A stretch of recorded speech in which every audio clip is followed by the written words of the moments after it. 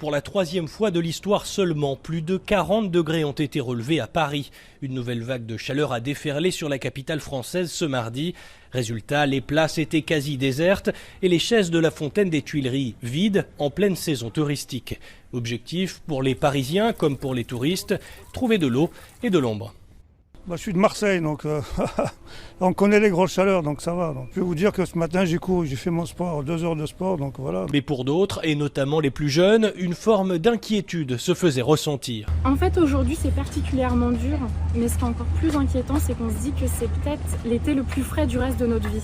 Au-delà de juste la chaleur, le sentiment désagréable physique, il y a aussi l'éco-anxiété et vraiment l'angoisse de dans quel monde on va vivre.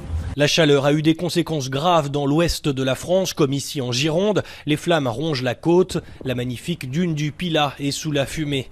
Environ 20 000 hectares ont brûlé. Plus de 32 000 personnes ont été évacuées. Plus au nord et plus rare, en Bretagne, qui n'est pas une région aride, des incendies ont mis les pompiers en alerte. Cette vidéo amateur a été filmée à Brest, à l'extrémité ouest du pays, qui fait partie des villes où un record de chaleur absolue a été battu lundi.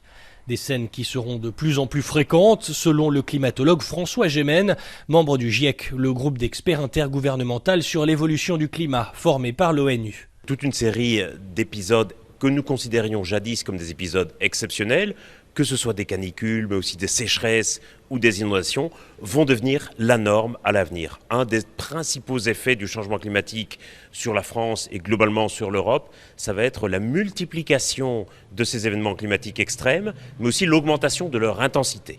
Quoi que l'on fasse, même si on arrêtait toutes nos émissions de gaz à effet de serre demain, les températures ne baisseront pas, en tout cas pas avant le 22e siècle, notamment parce que les gaz à effet de serre ont une durée de vie très longue dans l'atmosphère.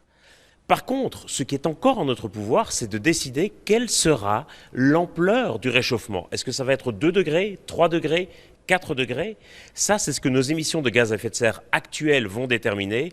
Et bien entendu, les impacts à 2 degrés sont très différents des impacts à 4 degrés. Ce mercredi, plusieurs départements du Sud-Est sont maintenus en vigilance orange canicule par Météo France. Emmanuel Macron se rend ce mercredi en Gironde sur les lieux de l'incendie, tandis qu'ici en France, cette seconde vague de chaleur en un mois à peine est sur le point de se terminer. Mais la Commission européenne prévient, la sécheresse menace toujours certaines cultures. Cyril Forneris, CGTN, Paris.